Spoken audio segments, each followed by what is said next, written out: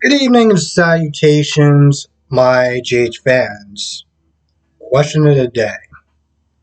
What did Sam do in this episode? Like, what did she really do in this episode? I remember a couple weeks ago, me, Brock, and DC had a live stream. And I think Brock was there saying something, it was either the live stream or it was in this video. It was one of the two. But pretty much, Brock was there saying how Sam isn't really dependable. Like when they were trying to dig up dirt on Esme, and Sam was like, "Yeah, I'm on the case," and yet she didn't turn up anything.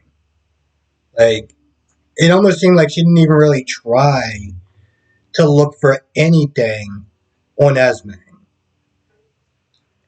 I say that because in today's episode, she's talking to Britt and Cody, and pretty much she doesn't give a definitive answer about the necklace. Like she comes in there and she's like, "Well, I got some news about the necklace," and then she's like, "Well," the way she was talking about, she was like, "It seems like it could possibly be, Cody's, but unless there's like a bill of sale or something like that, then it can go towards Brit." So I was like, "Okay, so you don't really have an answer." I mean, maybe it's just me. Maybe it's just me. Maybe I'm the only person that seemed like what she was saying just jumped off my head. But it felt like she came in there, she talked about the necklace, and all she said was, "It's a good possibility that could be yours, Cody. But it can also be a possibility that it's yours, Britt." All right, well, I think my job is done here. I'll just sit there and send you an invoice. It's like she got paid to do nothing. she literally didn't do anything in this episode.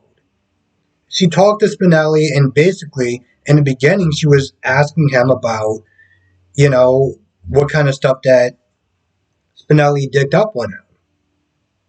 But then towards the end of the episode, he's like, "You know what, listen." She's like, "You know what, listen, let's just kind of hold up on, his records and stuff like that, and his arrest records or whatever. Let's just kind of put a pin in it for now."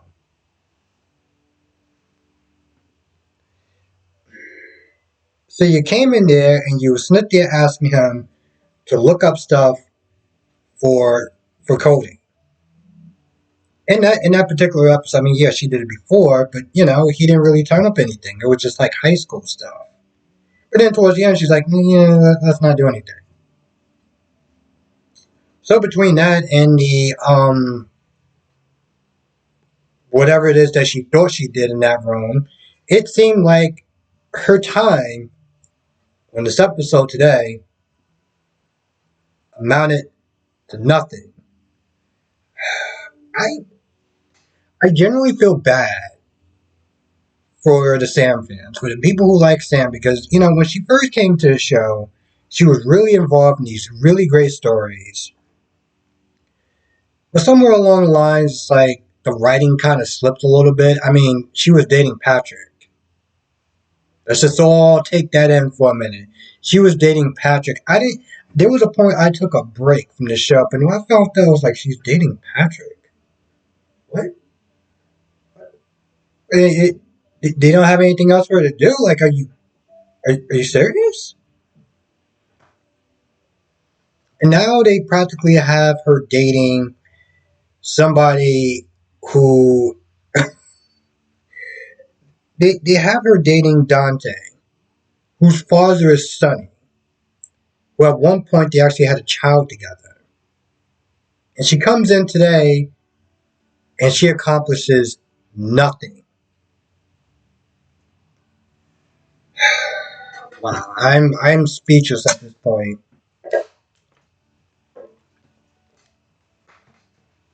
Now, while Agent Whitmore is looking for Anna, and it's like, listen, the best way to find Anna is to follow Valentine. Follow him where he goes. Yeah, because he feels that's the best way to find Anna. You know what Valentine does? He goes to find Anna at the safe house. This is the last time that I guess we could sit there and see each other. And then today, The hell are you doing here, bro? Like, you don't think that, like, cops and FBI agents and whoever else that they send, you're supposed to be this master strategist. What are you doing, bro? But of course, they had to have that scene. They had to have that scene because they had to have another pointless lovemaking scene. That's the truth of the matter. I mean, been watching the channel for a while. You know how I feel about those things. And coming from a person who considers himself a pervert, that that says a lot. Of course, they wound up having their little lovemaking scene, and um, at this point, they're gonna get Anna out the country.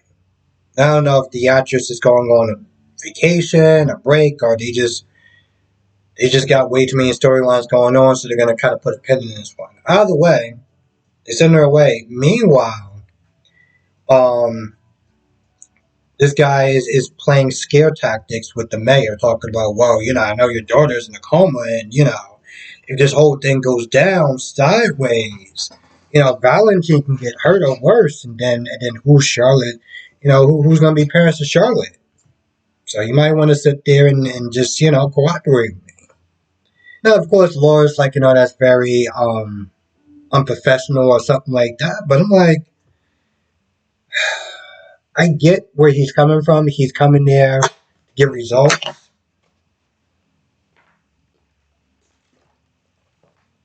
I love that. I'm sitting there trying to take off the top, and it's right there. But yeah, so I get that. Also, not only do Laura knows Valentine, but she also knows Anna. Yes, Anna has a lot of friends.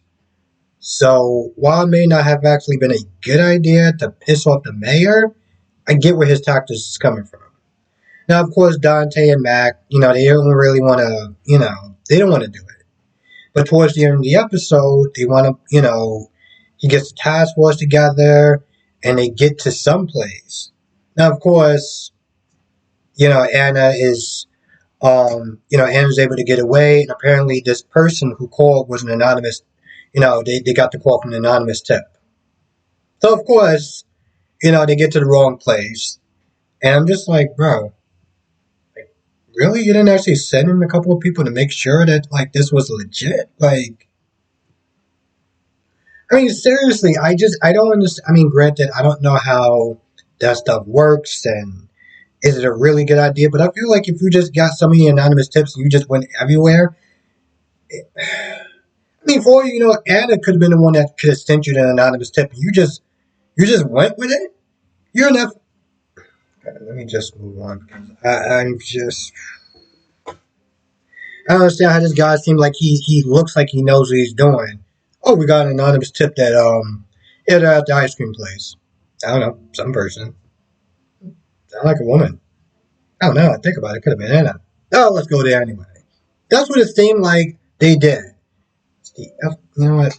Let me just move on.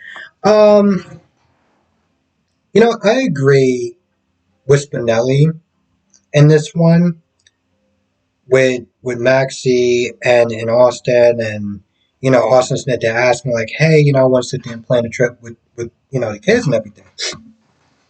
But I'm afraid that some people may say no, and I need advice on what to do or something like that. And Maxie's like, well, you could sit there and try to talk to her because maybe she's being stubborn because of you. But Spinelli's like, yo, listen, if she doesn't want to spend time with Austin, I'm not gonna sit there and push her. And I really can't believe that Max would even think about having Spinelli coax her into doing something that she doesn't want to do. Like I get that she was acting, she was definitely misbehaving. And I don't know what kind of parenting style Maxie has, but doing something like that just feels kind of wrong, you know? So I'm glad that he put his foot down on that. Um, also, well, before that even happens, Britt has a hangover And Cody comes in there. Cody's like, hey, want to go to dinner? You want to go to breakfast or whatever? And he looks at her like, okay, there's something off. Like I've seen you have a hangover before. I don't know how, but somehow he's seen her have a hangover before. He was like, it's not that. And Austin is able to sit there and work his magic and get her a specialist to see her that day. So of course they're supposed to go out, but she has to cancel it, and so that's the whole thing. And of course of course Austin was on the phone and he's treating another gunshot wound person off the books, no charge and everything. So he's still doing whatever it is that he doesn't want to do. He seems like he keeps doing it, and we've been into this like what 2 months now. We still are no closer to finding out who this mystery person is. Now, of course, Olivia Jerome got mentioned today. So at some point, they're probably going to sit there and show her. Now, whether she's a recast, who knows?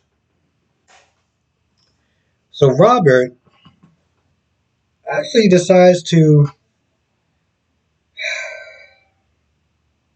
I'm not even going to sit there and say a crude joke. I'm just not going to do it. But for a while, he's been blinded to Holly as far as like, just her sudden appearance back in Port Charles, and she's just been off. And even Laura's like, yo, she's off. Even before she just miraculously was like, oh, you're working for Victor. Like, where did that come from? But he finally decides to take her advice, and he plans he makes a fake call. He gets a fake phone call saying that, oh well, I know where Anna's at. We're hiding at the stash house or whatever. So I'm gonna sit there and see her later on. And then of course Holly, which isn't she like a spy, accidentally spills soda on herself. I mean, this is like the most clumsiest way of causing a diversion that I've seen. I mean, granted, yes, she was meant to trying to kiss him and everything, and really kind of distract him. But now she spills soda on herself. She's like, "Oh, could you give me club soda?" Does club soda actually work on stuff like that? I don't know. Anyway, he's like, "Yeah, okay, I'll go and get it." And he leaves his phone there. And of course, she takes a look at it and she reports back to Victor. So yeah, she takes a look at the phone, and she goes to see Victor in the open, at the docks in the open, when anyone could just walk past and be like, I see Holly, I see Victor. Hmm, I don't know what's the odds that they'll just be just hanging out at the docks, just sitting and chatting. There was a scene with Laura and Victor, and to be honest, it didn't really go anywhere. They just kind of both. Well, Victor was kind of playing coy, and Laura was just puffing up her chest and being like, oh, you're going to sit there and frame me like you did Anna. I'm like, why are you telling them all that? I mean, granted, there's no point of hiding and denying it, but like, you don't need to be so open about it. Anyway, she comes to him, um, she reports where, that's what it is. Never mind. No, I just wrote my own joke now. So she reports to Victor where Anna's at. And of course, Victor is the one that gives the anonymous tip. I still think it was kind of stupid that they just went right there for it, but of course they get to the wrong place. And towards the end, Robert's like, "Yeah, we need to have a chat." And you see in the previews that he calls her out for working with Victor and this, that, and the third. And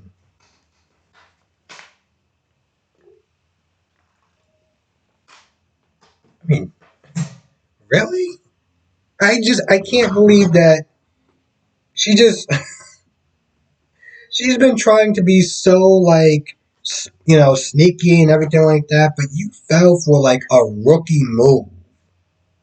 A rookie move. I mean, you must have really thought that Jim Mojo was just so good that he was clearly just thinking with the wrong head at this point and just being like, yeah, I love you and your accent. Like, come on, bro. I mean, come on, sis. Like, really? I don't know. Here's the thing about the scene with Felicia and Mac. I get that it's not a good idea to bury your feelings. Um, I get that. But I don't think trying to coax Mac into, talking about his feelings and his disappointment that he's not Cody's father at a time where they're looking for Anna, they're dealing with the hook killer. He's been working who knows how many hours. And you're coming over there, come on, Mac, tell me how you feel. This dude's at work. You honestly think that he has time to sit there and have like some sort of an emotional breakdown while he's at work looking for Anna, trying to make sure that she's safe and trying to, find this hook killer? You don't think that a little, I don't know, Oprah time could just sit there and wait for like 5 minutes? This isn't the first time that she's like, come on, Mac, talk to me. Tell me about your feelings. I want to know everything. Don't leave anything out. Come on, just pour it out. Just like, really? I don't, I don't get it. I don't get it. I feel like there's a time and a place for that, and especially when the dude's at work. Like, come on. I'm pretty sure he doesn't want to do that. And this is not about being a tough guy. This is just literally about time and a place for that. I almost forgot about that scene because I was just like, man, this is such a. I kept looking at my notes and I was just like, I remember there being a Brady here. Long notes. Anyway, for the most part, I feel like that's about it. So with that being said, I'm gonna go. Now, before I do go, a couple of people have brought it to my attention that they feel that I'm using a lot of clickbait thumbnails. I didn't really think of it as that. I just thought it was just like fun, interesting little thumbnails that I was doing. Just something that was just kind of wild and just kind of zany. But I can go back to the regular thumbnails. It's not a big deal. I wasn't simply trying to do it to clickbait anyone. I just thought that some of these pictures was just so outrageous. But the reason why I do bring it up is because I do want to, here's the thing, when people give me feedback, I do my best to sit there and try to adjust. Because at the end of the day, I've been doing this for like 2 years, and it's still a learning process. I'm gonna make mistakes. I'm gonna stumble, but I do want to sit there and thank everyone for their support, their their input, and their patience. So, I may use them like every once in a while, or probably just not use them at all. Because I don't want people to sit there and, probably just so fun to use, but I don't want people to sit there and think that, I'm trying to clickbait people and stuff like that. Because, my work should stand by on its own, I just thought they were just little fun and zany pictures. So, anyway, with that being said, I'm just going to go back to the regular pictures and, whatever. But yes, with that being said, I'm going to go. I want to thank you for watching. Be safe, and I'll see you in the next video. And I'm also going to try to do better with the comments. Also, I know I've been really lacking on that. So, after I do my videos and stuff like that, we'll start to try to get better as far as reading the comments and replying back to people. I mean, I do 4, and then that was kind of a lot. I may not get to everyone's comment, but I'm always going to sit there and try to do a lot better. All right, that's it.